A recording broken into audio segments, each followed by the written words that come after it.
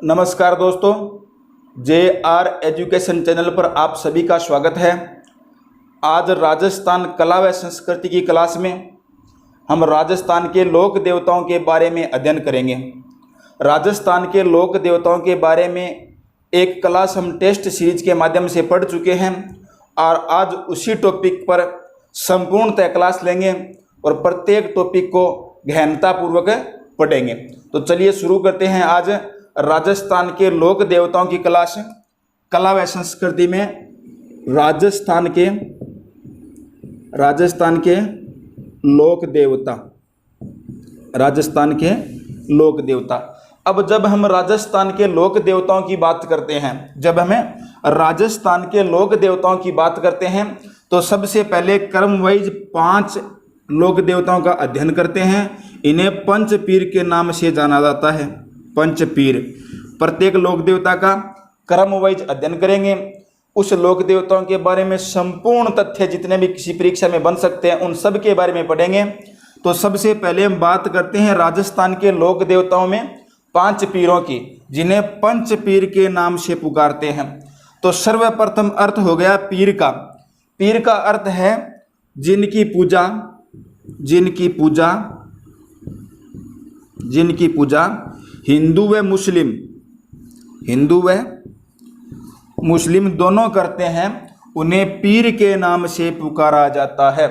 जिस लोक देवता की पूजा हिंदू व मुस्लिम दोनों समुदायों द्वारा की जाती है उस लोक देवताओं को पीर के नाम से पुकारा जाता है। तो राजस्थान में ऐसे 5 लोक देवता हैं जिन्हें पीर कहा जाता है, इसलिए इनका नाम हो गया पंचपीर। इन्हें पंचपीर के नाम से पुकारा गया। अब हम इनके बारे में डिटेल से पढ़ते हैं। तो पंचपीरों की बात करें तो 1 नंबर पर हो गए रामदेव जी। पंचपीरों में रामदेव जी। दूसरे हो गए पाबू जी।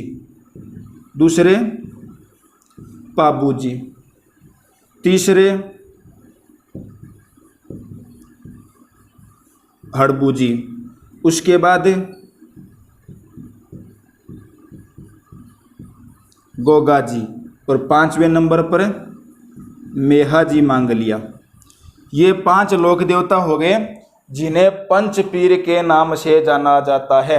राजस्थान में 5 ऐसे लोक देवता हैं जिन्हें पंचपीर कहते हैं। ये बात याद हो गई। तो अब देखिए, रामदेव जी तंवर वंशीय राजपूत थे। रामदेव जी राजपूत जाति के तंवर वंशीय राजपूत थे। पाबू जी थे राठौड़। पाबू जी कौन से थे? राठौड़ वंशीय। अड़बू जी थे सांखला राजपूत। गोगा जी चौहान राजपूत। और मेहा जी मांगलिया जाति के। ये इनके वंश हो गए। रामदेव जी तंवर वंशीय, पाबू जी राठौड़ वंशीय, हड़बू जी सांखला वंशीय, गोगा जी चौहान वंशीय और मेहा जी मांगलिया वंश के। तो रामदेव जी तंवर वंशीय राजपूत थे। रामदेव जी कौन से वंश से संबंधित थे? तंवर वंश से। पाबू जी राठौड़, गोगा जी चौहान, हड़बू जी सांखला और मेहा जी मांगलिया। अब इन प्रत्येक लोक देवताओं को अलग अलग पढ़ेंगे। अब इन प्रत्येक लोक देवताओं को अलग अलग क्रम वाइज अध्ययन करेंगे। तो सबसे पहले पढ़ते हैं रामदेव जी के बारे में। तो रामदेव जी के जन्म से लेकर समाधि तक हम संपूर्ण टॉपिक से पढ़ेंगे और आपको इसी क्लास में लगभग याद हो जाएंगे। तो सबसे पहले पढ़ते हैं हम रामदेव जी के बारे में। सबसे पहले कौन से लोक देवता के बारे में? रामदेव जी के बारे में। तो देखिए, रामदेव जी के उपनाम देखते हैं। सबसे पहले रामदेव जी के उपनाम। एक उपनाम है रामशापीर। रामदेव जी के उपनामों में एक आता है रामशापीर। एक हो गए लीले घोड़े वाले बाबा। लीले घोड़े वाले बाबा। और उसके बाद हो गया रुणेचारा धनी। रुणेचारा धनी। ये हो गए रामदेव जी के उपनाम। राम शापीर, लीले घोड़े वाले बाबा, रूणे चारा धनी, ये रामदेव जी के उपनाम हैं। तो अब देखते हैं रामदेव जी का जन्म, कि इनका नाम राम शापीर क्यों पड़ा, लीले घोड़े वाला बाबा क्यों कहा जाता है, रूणे चारा धनी क्यों कहते हैं, इन सब के बारे में अध्ययन करते हैं। तो सबसे पहले आता है रामदेव जी का जन्म। रामदेव जी का जन्म सन 1405 ईस्वी में होता है। रामदेव जी का जन्म सन 1405 ईस्वी में होता है, बाड़मेर जिले में। जिला कौन सा? बाड़मेर। तहसील थी शिव, तहसील हो गई शिव, और स्थान हो गया उड़ू कश्मीर।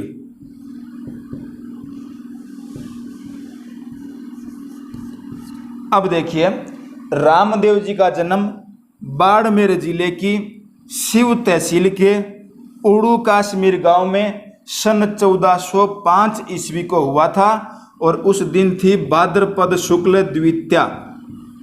भाद्रपद शुक्ल द्वितीया के दिन रामदेव जी का जन्म बाड़मेर जिले की शिव तहसील के उड़ू कश्मीर गांव में हुआ, और भाद्रपद शुक्ल द्वितीया को होने के कारण इस भाद्रपद शुक्ल द्वितीया को बाबारी बीज के नाम से जाना जाता है।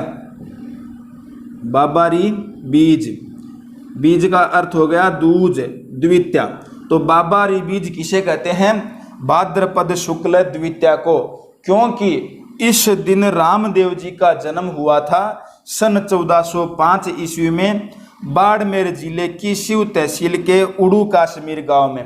अब अगर आपको पूछ ले कि रामदेव जी का जन्म कब हुआ, 1405 ईस्वी की बात करें, अगर जिला पूछे तो बाड़मेर, तहसील पूछी नहीं जाएगी, या तो स्थान या जिला, तहसील कभी नहीं पूछी जाएगी।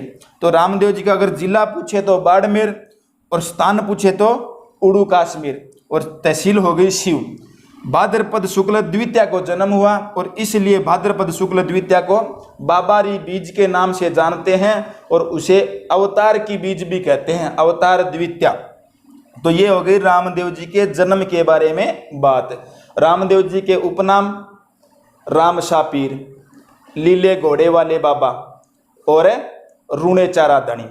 अगर जन्म की बात करें तो 1405 ईस्वी भाद्रपद शुक्ल द्वितीया का दिन जिला बाड़मेर, तहसील शिव, और स्थान उड़ू कश्मीर नामक गांव में हुआ था। तो जन्म से संबंधित बात क्लियर। अब देखिए आगे जाते हैं। रामदेव जी अर्जुन के वंश के माने जाते हैं, और अवतार है भगवान श्री कृष्ण का। अवतार हो गए कृष्ण भगवान के, वंशज हो गए अर्जुन के। अब रामदेव जी के पिता थे अजमाल जी।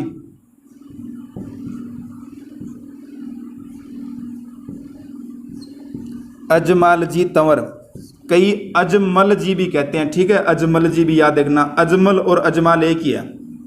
अजमल जी तंवर या अजमाल जी तंवर। बात करें माता के नाम की, तो माता का नाम हो गया मैणा दे।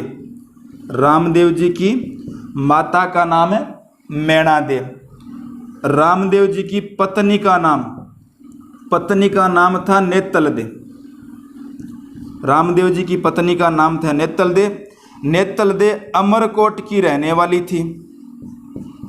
अमरकोट के दल सिंह सोडा की पुत्री थी ये। नेतल दे दल सिंह सोडा की पुत्री।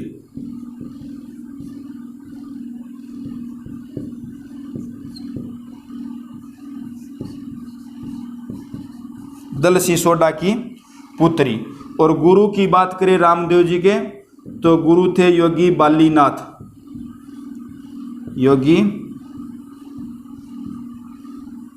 बालीनाथ। तो रामदेव जी वंश किसके हो गए? अर्जुन के वंशज माने जाते हैं। रामदेव जी का अवतार भगवान श्री कृष्ण का अवतार। रामदेव जी का अवतार है भगवान श्री कृष्ण का अवतार। रामदेव जी के पिता का नाम अजमाल जी तंवर हो गया। माता का नाम है मैणा दे। पत्नी का नाम है नेतल दे। और नेतल दे वर्तमान पाकिस्तान में अमरकोट के दल सिंह सोडा की पुत्री थी। और रामदेव जी के गुरु का नाम हो गया योगी बालीनाथ। और योगी बालीनाथ का जोधपुर में मंसूरिया पहाड़ी पर मंदिर बना हुआ है और वहाँ पर एक रामदेव जी का मंदिर भी है। अगर रामदेव जी के अन्य मंदिरों की बात करें तब पढ़ेंगे तो मंसूरिया पहाड़ी पर रामदेव जी के गुरु योगी बालीनाथ का मंदिर है और वहीं पर एक रामदेव जी का मंदिर भी है। तो ये बात क्लियर हो गई। अब देखिए रामदेव जी के बारे में और बातें। रामदेव जी ने बाल्यावस्था की बात करें,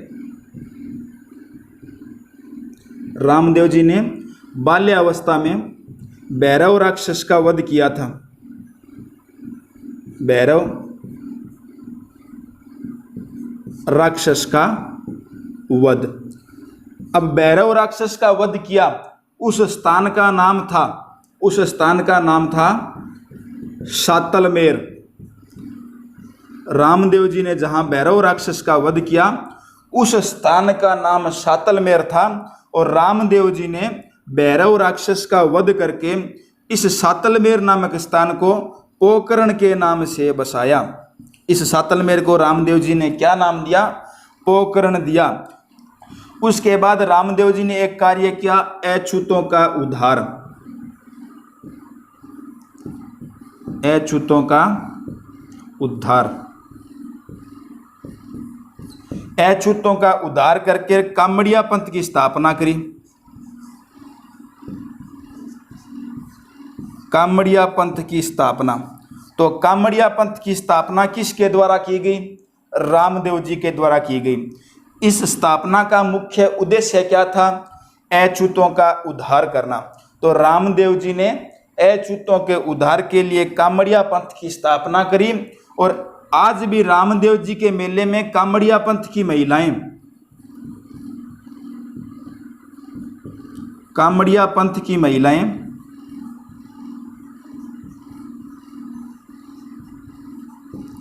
तेरह ताली नृत्य करती है। तेरह ताली नृत्य। तो रामदेव जी के मेले में तेरह ताली नृत्य किसके द्वारा किया जाता है? कामड़िया पंथ की महिलाओं द्वारा। कामड़िया पंथ के संस्थापक कौन थे? कामड़िया पंथ के संस्थापक थे रामदेव जी। और कामड़िया पंथ की स्थापना का मुख्य उद्देश्य क्या था? अछूतों का उद्धार करना। और कामड़िया पंथ की महिलाएं रामदेव जी के मेले में 13 ताली नृत्य करती है और यह 13 ताली नृत्य 13 मंजीरें बांध कर किया जाता है। 13 मंजीरें बांधकर। और रामदेव जी के मेले का मुख्य आकर्षण भी 13 ताली नृत्य ही है। तो रामदेव जी ने एक काम तो किया, बाल्यावस्था में भैरव राक्षस का वध। भैरव राक्षस का वध किया, वो स्थान था शातलमेर और इस शातलमेर नामक स्थान को पोकरण के नाम से बसाया। आपको याद रखना, शातलमेर को पोकरण के नाम से किसने बसाया? रामदेव जी ने। यह जरूरी नहीं कि वहां पर भैरव राक्षस का वध किया, इसलिए शातलमेर को पोकरण नाम दिया गया रामदेव जी द्वारा। उसके बाद अछूतों का उद्धार करने के लिए एक पंथ चलाया था, उस पंथ का नाम है कामड़िया पंथ। रामदेव जी के मंदिर की जो ध्वजा होती है वह 5 रंगों की होती है। कितने रंगों की? 5 रंगों की। और इस 5 रंगों की ध्वजा को नेजा कहा जाता है। इस 5 रंगों की ध्वजा को क्या कहते हैं? नेजा कहते हैं। अर्थात नेजा किसे कहते हैं? रामदेव जी की ध्वजा को। और ध्वजा में रंग कितने होते हैं? 5 होते हैं। रामदेव जी के मंदिर में पूजा होती है रामदेव जी के पद चिन्हों की, पद चिन्हों की। और इन पद चिन्हों को रामदेव जी के पगल्या कहा जाता है। तो पगल्या किसे कहते हैं? रामदेव जी के मंदिर में जिन पद चिन्हों की पूजा होती है उसे पगल्या कहा जाता है। रामदेव जी के जो भक्त हैं उन्हें जातरू कहते हैं, जातरू या जातरी। और प्रमुख भक्तों की बात करें तो एक तो है रत्ना रायका, दूसरे हो गए हरजी बाटी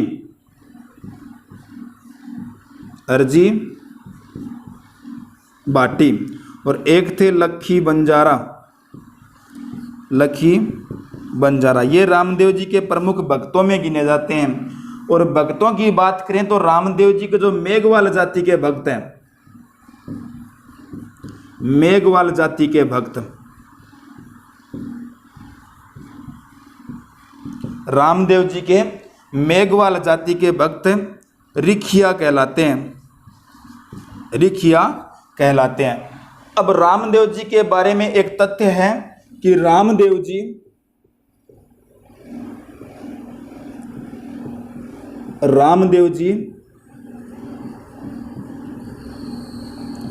एकमात्र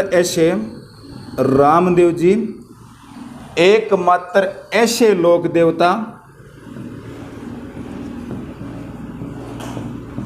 रामदेव जी एकमात्र ऐसे लोक देवता हैं जिन्होंने एक पुस्तक लिखी।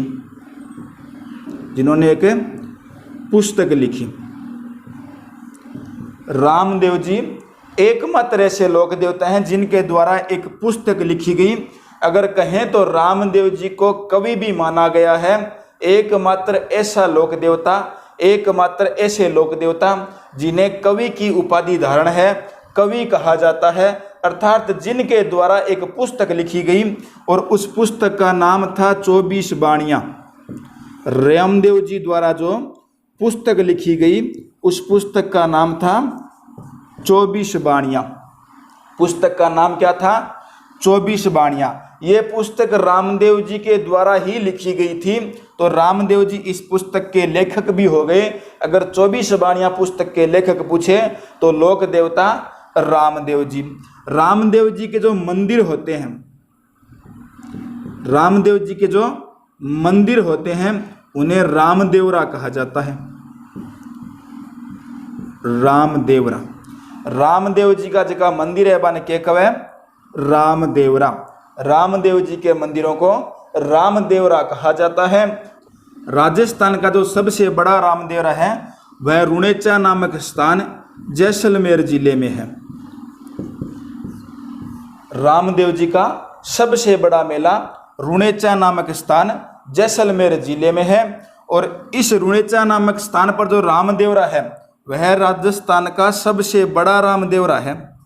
यह राजस्थान का सबसे बड़ा रामदेवरा है। अगर बात करें राजस्थान के छोटे रामदेवरा की तो वो है खुंडियास ग्राम में। कहाँ पर है? खुंडियास गांव अजमेर जिले में। अर्थात राजस्थान का दूसरा रामदेवरा या फिर राजस्थान का छोटा रामदेवरा खुंडियास ग्राम अजमेर में स्थित है। रामदेव जी के प्रमुख मंदिरों में रुणेचा हो गया जो कि राजस्थान का सबसे बड़ा रामदेवरा है, और ये हो गया छोटा रामदेवरा। तो ये बात इनके ऊपर कंप्लीट हो गई। अब देखते हैं रामदेव जी के कुछ 2 मंदिर और हैं।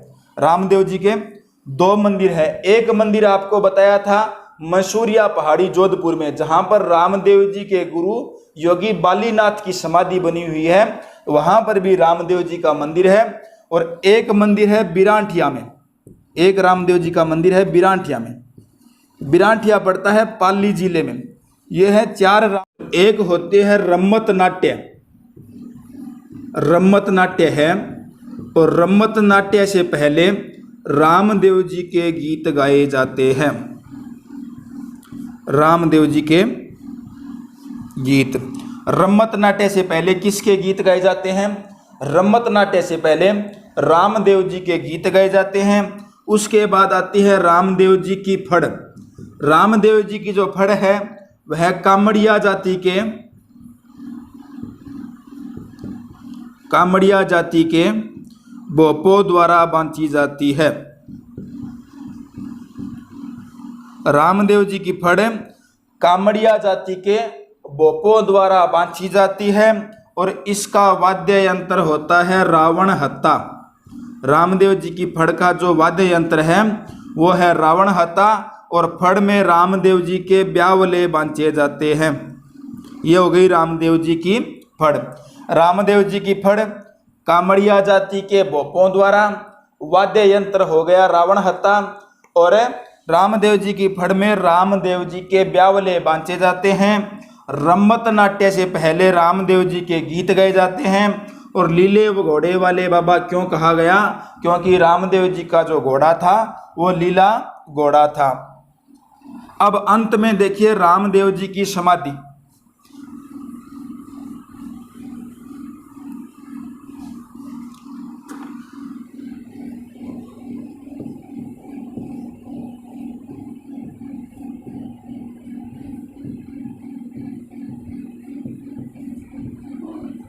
रामदेव जी की समाधि, रामदेव जी की समाधि भाद्रपद शुक्ल एकादशी के दिन, भाद्रपद शुक्ल एकादशी के दिन राम सरोवर झील के किनारे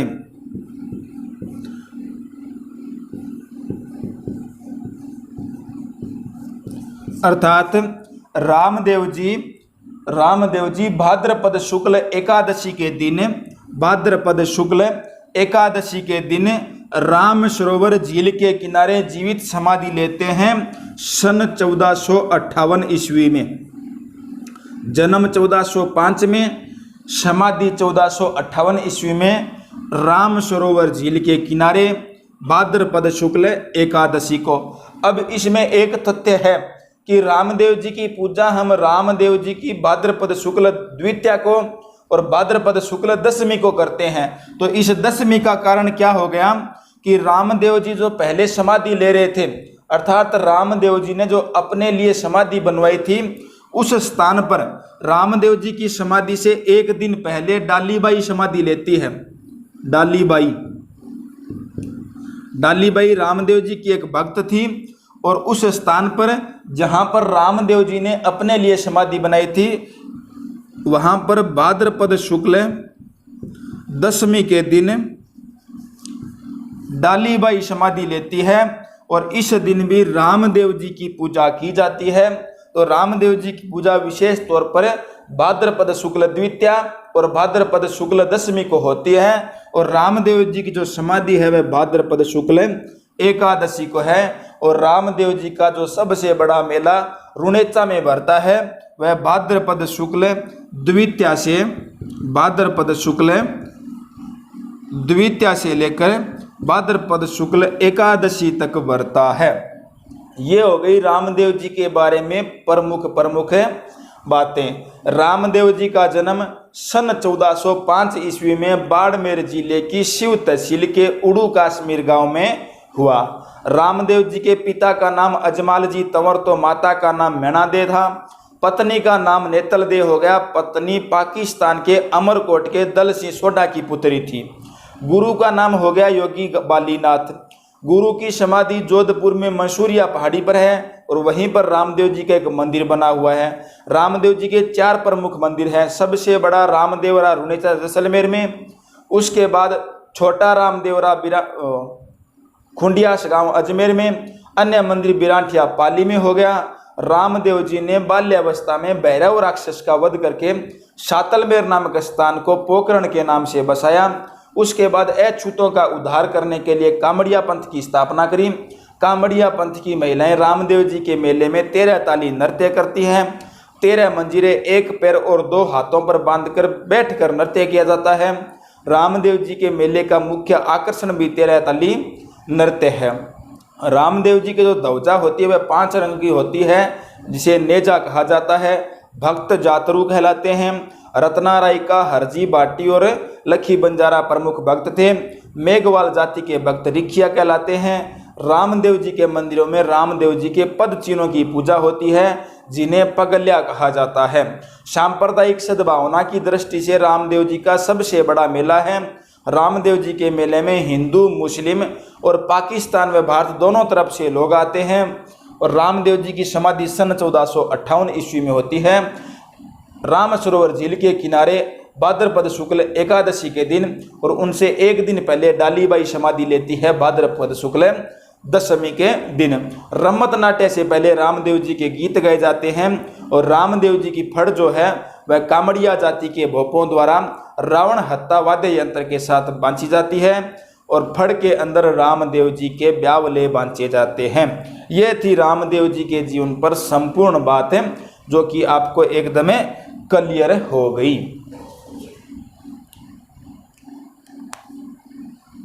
अब नेक्स्ट जो है पाबू जी व हड़बू जी, उनके बारे में हम अगली क्लास में अध्ययन करेंगे। आज की क्लास में इतना ही। अगर आपको वीडियो अच्छा लगे तो लाइक, शेयर व कमेंट जरूर करें। आपके अपने चैनल JR एजुकेशन चैनल को सब्सक्राइब जरूर करें।